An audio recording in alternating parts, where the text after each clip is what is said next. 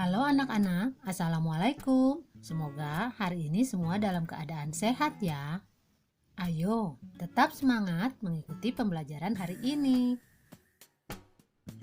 Anak-anak, pada pertemuan kali ini kita akan membahas materi pluralitas masyarakat Indonesia. Belajar tentang pluralitas di Indonesia berarti belajar tentang kemajemukan masyarakat yang terdiri dari keragaman suku bangsa, agama, ras, pekerjaan, dan lainnya. Plural berasal dari bahasa Inggris yang artinya jamak, sedangkan pluralitas berarti kemajemukan. Masyarakat Indonesia dikenal sebagai masyarakat religius. Beberapa agama dan kepercayaan dapat ditemukan di berbagai wilayah Indonesia. Indonesia juga memiliki keanekaragaman budaya dan adat istiadat. Kondisi geografis dan sosial Indonesia juga mempengaruhi berbagai kegiatan ekonomi masyarakat.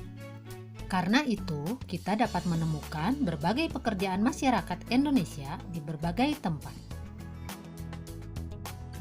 Selain istilah pluralitas, kita juga menemukan istilah lain yang berhubungan dengan keragaman, yaitu multikultural.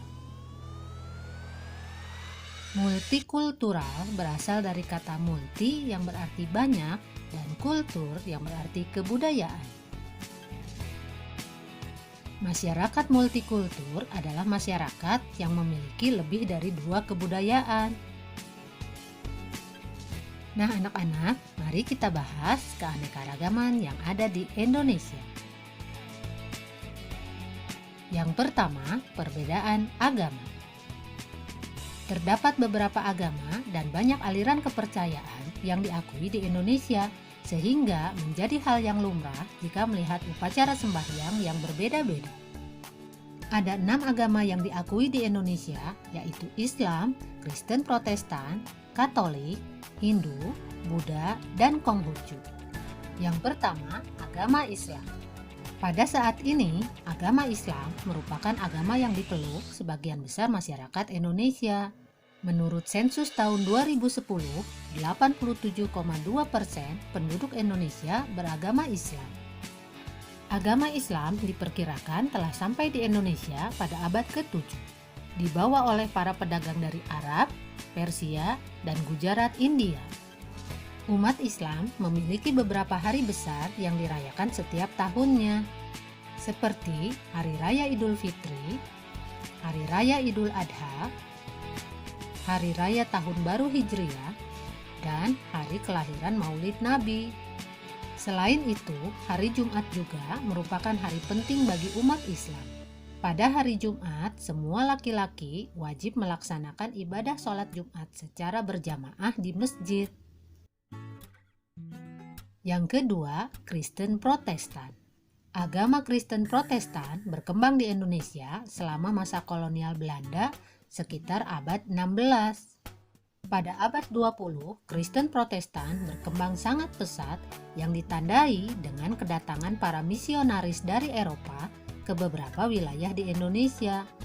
Contohnya, wilayah barat Papua, Sumatera Utara, Sulawesi Utara, dan Jawa.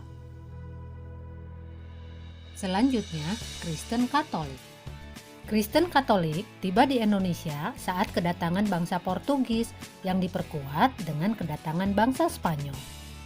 Salah satu tujuan Portugis ke Indonesia adalah menyebarkan agama Katolik Roma yang dimulai di Kepulauan Maluku pada tahun 1534. Antara tahun 1546 dan 1547, pelopor misionaris Kristen yaitu Franciscus Caverius mengunjungi Pulau Maluku dan membaptis ribuan penduduk setempat. Selanjutnya, para misionaris giat menyebarkan agama Katolik ke berbagai wilayah Indonesia. Hari Raya Umat Kristen adalah hari Natal yang diperingati setiap tanggal 25 Desember. Selain itu, umat Kristen memiliki beberapa hari penting yang juga selalu diperingati, misalnya Hari Raya Paskah dan Hari Raya Kenaikan Isa Al-Masih. Yang keempat, agama Hindu. Masuknya agama Hindu ke Indonesia diperkirakan sekitar awal abad keempat, yang ditandai dengan berdirinya kerajaan Kutai dan Tarumanegara yang bercorak Hindu. Beberapa upacara keagamaan pada hari-hari penting agama Hindu, misalnya Hari Raya Galungan, Hari Raya Nyepi, dan Hari Saraswati. Agama Hindu kaya akan berbagai upacara atau tradisi keagamaan. Yang kelima, agama Buddha. Perkembangan agama Buddha diperkirakan terjadi bersamaan dengan perkembangan agama Hindu. Kerajaan Sriwijaya di Sumatera merupakan salah satu pusat studi agama Buddha di Asia Tenggara. Upacara keagamaan yang kita kenal misalnya Hari Raya Waisak. Waisak dirayakan pada bulan Mei pada waktu terang bulan untuk memperingati 3 peristiwa penting.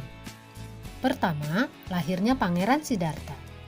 Yang kedua, Pangeran Siddhartha mencapai penerangan agung dan menjadi Buddha. Dan yang ketiga, wafatnya Buddha Gautama. Dan yang terakhir, agama Konghucu. Kehadiran agama Konghucu di Indonesia telah berlangsung berabad-abad lamanya. Kita dapat menemukan kelenteng yang biasa digunakan sebagai tempat ibadah umat Konghucu di berbagai wilayah Indonesia. Umat Konghucu banyak memiliki hari penting, tetapi hari raya yang terkenal dan telah menjadi hari libur nasional di Indonesia adalah Hari Raya Imlek. Setelah perbedaan agama, selanjutnya ada perbedaan budaya. Apakah yang dimaksud dengan budaya dan kebudayaan?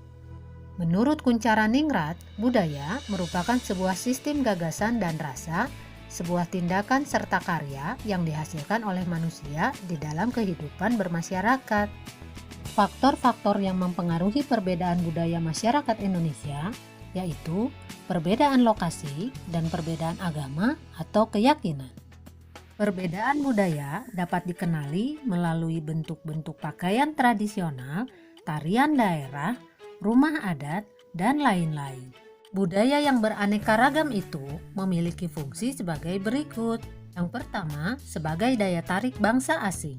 Yang kedua, mengembangkan kebudayaan nasional. Yang ketiga, tertanamnya sikap toleransi.